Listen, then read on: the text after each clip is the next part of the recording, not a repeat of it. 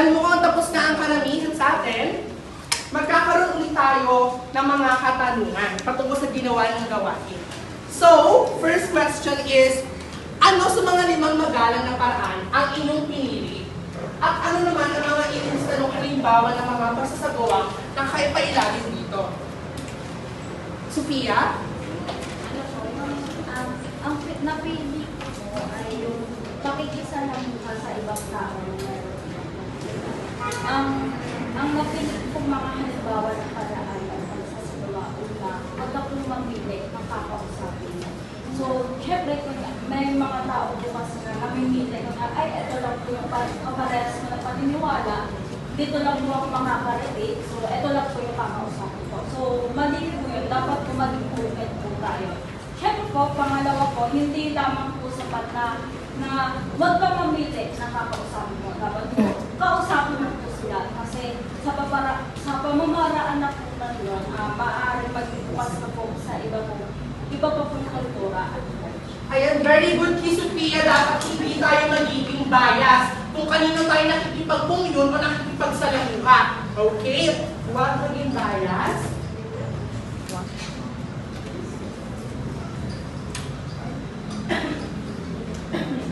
Iba pang kamay? O iba pang estudyante?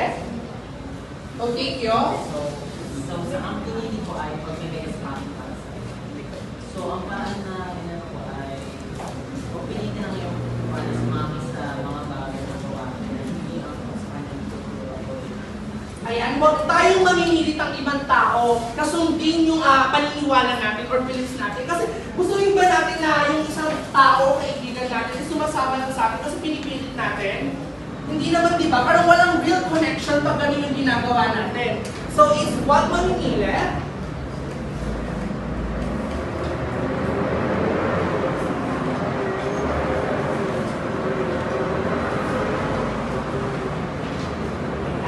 Para naman sa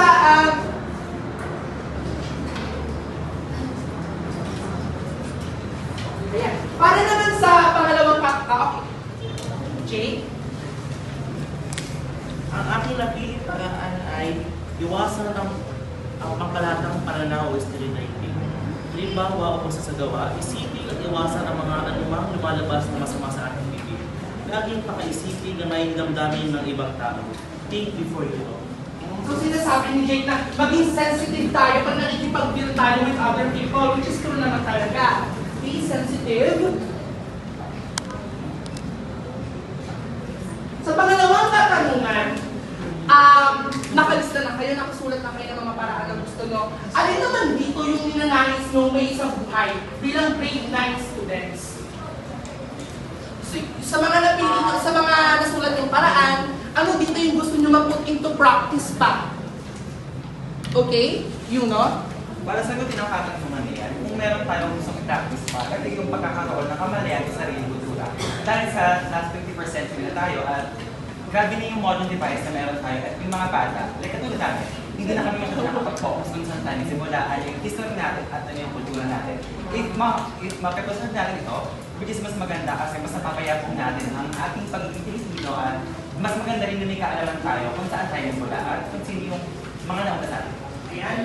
Kiyuno, importante na maging knowledgeable pa tayo pagdating sa culture natin because it's important siya kasi ito yung magpapakita if ever na alam natin yung history o mga pinanggalingan natin. So, maging maalam.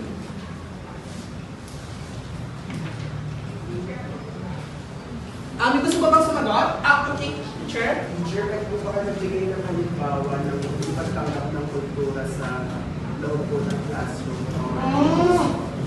Okay, magbibigay si teacher, personal experience ng teacher. So si teacher dati, kasi party ako ng LGBTQ community. Sa komunidad na yun, may mga culture kami or like may mga parang may mga traits kami, gano'n, na nakapaloob sa komunidad na yun. Example lang is, si teacher dati ng bata siya is naaasar siya pag yung boses niya is very feminine yung sound, gano'n, very malambot siya gumalaw.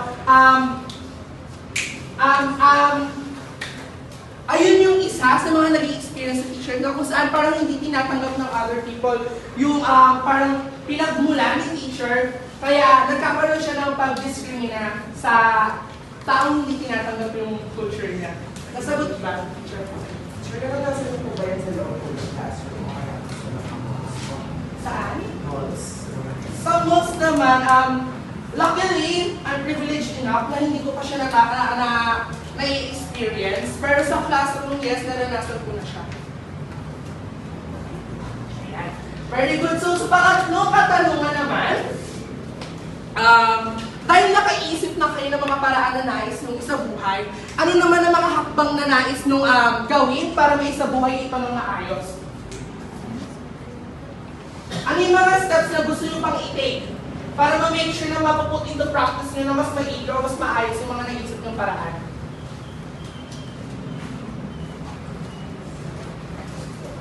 Yes, siya? Ano po, first step po is yung i-apply natin sa ating sarili. Isipin natin mabuti kung saan ba tayo naglalak at kung kailan siya dapat maging applicable. Second is to associate yourself with the right people. Siyempre, kailangan kung mas magiging effective yun kung pare-parehas po kayong mga kaibigan na gano'n din ang gusto nilang mangyari. And lastly po, ito din po yung mag-share ng kung ano yung tama, lalo na sa mga mas nakababata po. Ayan, para nakireagya siya. At itong mga paraan na ito, hindi lang dapat yan ninanais, pinumput into practice natin yan para mas mapadali natin malaman or magamit sa pang-araw-araw natin pamumuhay.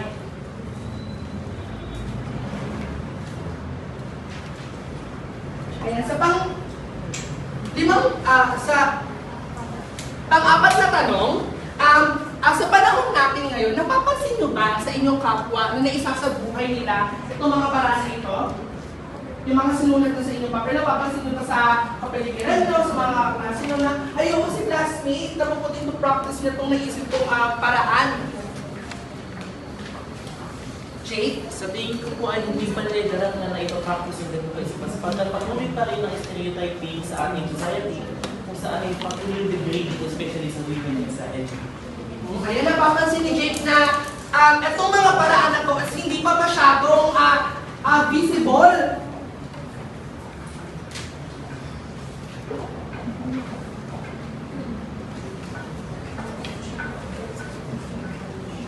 Ayan, hindi pa masyadong pansin sa kanyang kapaligiran. Which is, experience na yun, hindi naman natin masasabi kung tama or mali yun. Pero sa kanyang karanasan, na-experience nga nila, hindi pa masyadong napuput into practice sa mga tao na sa paligid niya, yung mga paraan na naisulat niya.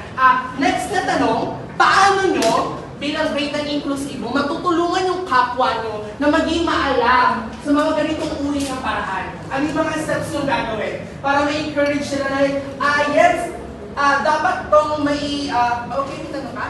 Yun, no? Sure, ask ko lang po, kung may mga batas po ba na nagpaprotect na po dun sa mga different cultures po ng mga bawat As of now, si teacher is kulang pa yung knowledge niya pagdating sa batas na nagpo-protect sa mga pagkakaiba-iba ng kultura ng mga tao. Pero tomorrow, I will make sure na sasagutin ko yung tanong mo at bibigyan kita ng mga batas na nakapaiikot sa tanong mo. So, ayun, yung panglima kong tanong, paanong paraan natin, Ayan po, about sa paraan na pwede natin magawa, since nasa edad na tayo or taon na naganap na ang modern devices, since meron tayong access sa lahat, like internet, like sana tayo mga kabataan mismo, pinili natin kung ano meron tayo at yung freedom na meron tayo, para mas maging maalam, pwede tayo sa simple search lamang, lalabas yung mga informasyon na pwede natin makita about sa ating pagiging Pilipino at sa iba pang kultura na pwede natin maalam. Ayan, para ma-share natin yung knowledge natin pagdating sa mga paraan na to, gagamit tayo ngayon ng technology. Technology which is true kasi halos lahat nga naman tayo ay mayroon ng mga ganitong uri ng teknolohiya. Sa panghuling tanong, sa paggamit o pag-put into practice o pagsasabuhay ng mga paraan na ito, anong mensahe yung pinaparating nyo sa kapwa nyo? Kunwari, si Teacher Andrea, yung mga paraan na yan, isinasabuhay niya, ginagalang niya yung kaklase niya, yung mga kultura ng kaklase niya, pinapakita niya yung pagtanggap, nag-make space siya, hindi siya nagiging greedy sa pagkuha ng space pagdating sa mga culture. Ano yung mensahe pinapakita niyo? Pag ganun yung mga paraan na ginagawa niyo? Sam? Papakita po natin yung pag-respeto at the same time yung pagmamahal sa kultura ng kapwa. Ayan, pagrespeto at pagmamahal. Ito yung dalawang ipinapakita na sa tingin ni Sam. Bukod pa dito sa dalawa na to, ano pa yung maaari nating ipakita sa kanila? Ano ba yung message na pinapakita natin sa kanila? Bukod sa salitang respeto at pagmamahal. Hindi po yung paggalang natin sa mga Paggalang, ayan, very good! Paggalang. So, magbibigay ng espasyo sa... Ayan. Tatandaan nyo lamang na ang salitang paggalang ay magkakaroon ng malaking impluensya sa magiging talakayan ngayon na ipocontinue ni Teacher Princess.